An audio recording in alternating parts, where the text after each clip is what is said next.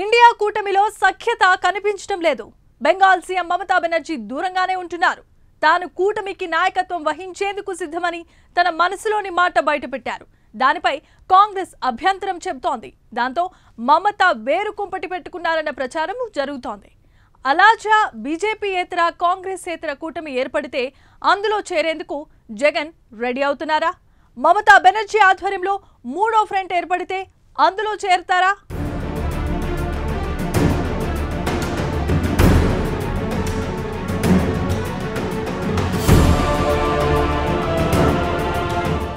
ఇప్పటి వరకు ఇండియా కూటమిని కాంగ్రెస్ లీడ్ చేస్తుండగా తాజాగా మమతా బెనర్జీ తాను నాయకత్వం వహించేందుకు సిద్ధమని తన మనసులోని మాట బయటపెట్టడంతో ఇండియా కూటమిలో చీలిక వస్తుందేమోననే చర్చ దేశవ్యాప్తంగా మొదలైంది. 2024 సార్వత్రిక ఎన్నికల్లో ఇండియా కూటమి ఎన్డీఏ కూటమి అధికారంలోకి రాకుండా అడ్డుకట్ట వేయలేకపోయినప్పటికీ బీజేపీకి సొంతంగా మెజారిటీ రాకుండా నియంత్రించగలిగింది. మూడోసారి అధికారంలోకి వచ్చిన మోదీ సర్కార్కి ఇండియా కూటమి బలమైన ప్రత్యామ్నాయంగా ఎదుగుతున్న తరుణంలో మమత వ్యాఖ్యలు హాట్ టాపిక్ గా మారాయి.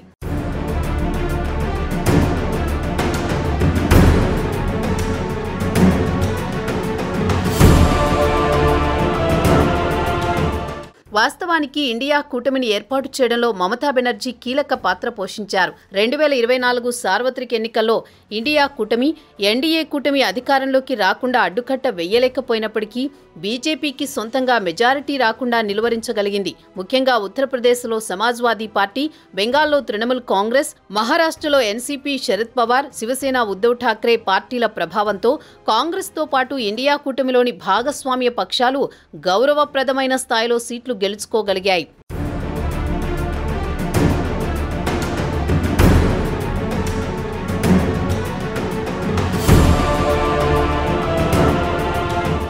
ఎన్డీఏ కూటమి కేంద్రంలో అధికారం చేపట్టినప్పటికీ ప్రధాన ప్రతిపక్ష హోదా కాంగ్రెస్కు లభించింది. 2019తో పోలిస్తే కాంగ్రెస్తో పాటు విపక్షాలకు సీట్లు పెరగడంతో భవిష్యత్తులో ఇండియా కూటమి ఎన్డీఏ కూటమికి గట్టి పోటీ ఇస్తుందనే విశ్వాసాన్ని ఇండియా కూటమి పక్షాలు వ్యక్తం చేశాయి. ఈలోపు హర్యానా, మహారాష్ట్ర ఎన్నికల్లో కాంగ్రెస్ అనుకున్న స్థాయిలో పోటీని ఇవ్వకపోవడంతో ప్రస్తుతం ఇండియా కూటమిలోని పక్షాలు కాంగ్రెస్ నాయకత్వంపై కొంత అసంతృప్తితో ఉన్నట్లు చర్చ జరుగుతోంది. తృణమూల్ కాంగ్రెస్ ఇండియా కూటమిలో ఉన్నప్పటికీ హర్యానా ఎన్నికల తర్వాత కాంగ్రెస్ పార్టీకి దూరంగా ఉంటూ వస్తోంది. తాజాగా ఇండియా కూటమికి నాయకత్వంపై మమతా బెనర్జీ చేసిన వ్యాఖ్యలు కూటమిలోనే తీవ్ర దుమారాన్ని రేపుతున్నాయి.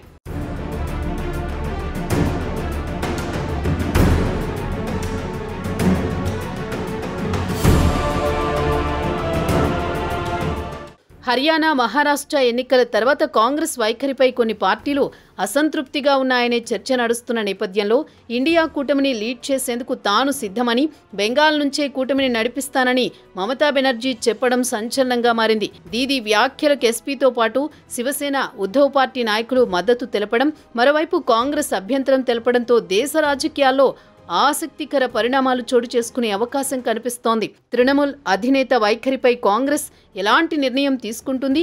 మరి కాంగ్రెస్ దీదీ నాయకత్వాన్ని అంగీకరించకపోతే కూటమిలో చీలిక వస్తుందా అన్న చర్చ జరుగుతోంది.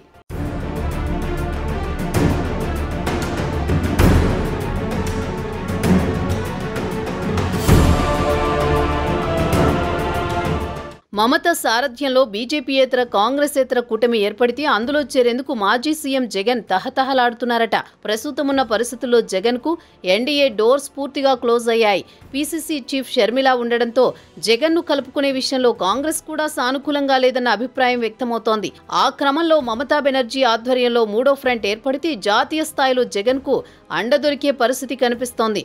ఇండియా కూటమిలో చిచ్చు రాష్ట్రంలోనూ జాతీయ స్థాయిలోనూ ఇతర పార్టీల అండ కోల్పోయిన జగన్కు ఆశాదీపంగా మారిందంటున్నారు.